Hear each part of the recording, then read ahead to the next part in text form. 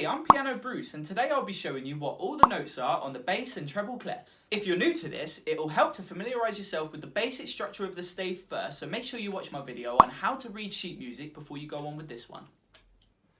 Let's start on the treble clef with our right hand. We will cover these notes today from middle C all the way through to this F.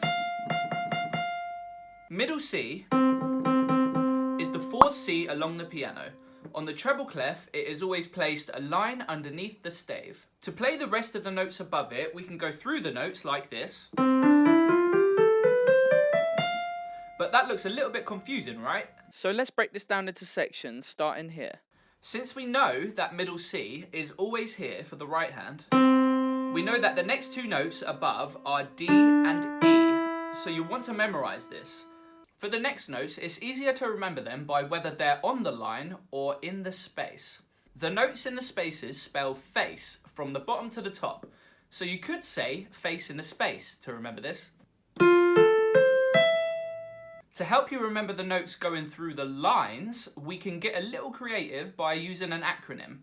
The sentence I was taught was, "Every good boy deserves football." You can make your own sentence up, but this is the one I learned, and it certainly helps when you're just starting out.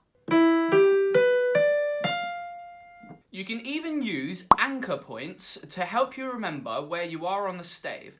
I always remember where middle C is, then I go to bottom line E, middle line B, and then top line F. Just to help me with reading a little bit more fluently, instead of having to go through the whole acronym to find the notes you need to press. The three types of notes we're going to use today are crotchets, which are 1 count each, 1, 2, 3, 4. Minims, which are 2 counts each, 1, 2, 3, 4. And a note that I haven't mentioned before called quavers. They are 1/2 count each and look like this. They can also be coupled together or put into a group of 4. You have to count quavers like this when you play them. 1 and 2 and 3 and 4 and. You may notice that some of the notes look upside down in piano music. The stems of notes on or above the middle line usually face down to make the sheet music look tidier and prevent stems of high notes sticking too far out from the stave. Let's play a couple of songs to get used to where the notes are. I've put the finger numbers to help you play these pieces.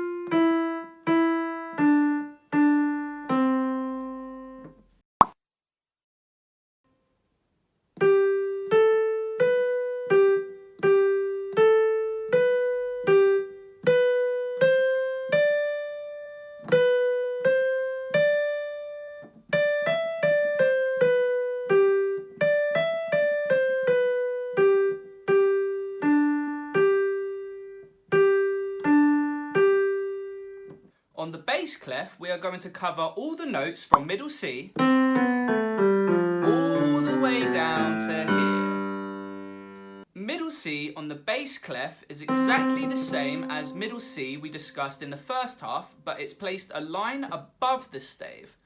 If you join the staves together, middle C will be exactly in the middle. So if I were to play the notes, it would look and sound like this.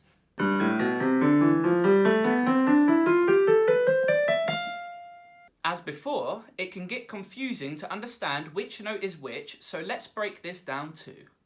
If we write the notes for the letters between the spaces and on the lines, you may notice that it's the treble clef shifted down by 2.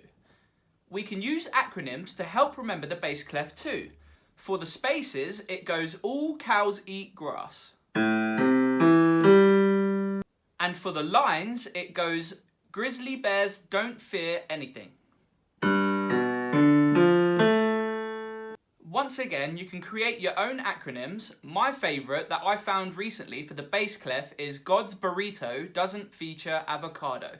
We can also use anchor points for the bass clef. My anchor points are top line A, top space G, middle line D, and bottom space A. These are just quick little reminders to help guide me when playing music, and you'll notice that as you keep playing, you refer to the previous notes you played to help find the next notes as well.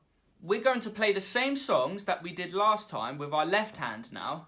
Notice that the fingers are different for the left hand and we have to play at a lower part of the piano.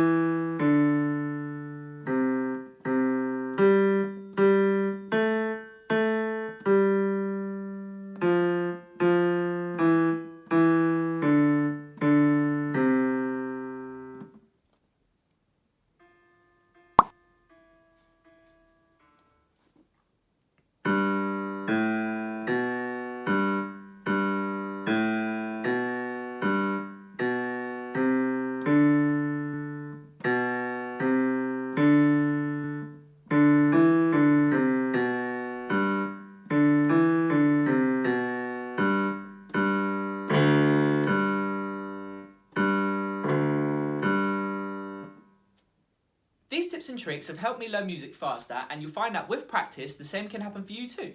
If you like this video, make sure you subscribe, as I'll be making more tutorials like this every week, and let me know in the comment section below what you thought about this video and if there's anything you'd like me to teach next. See ya!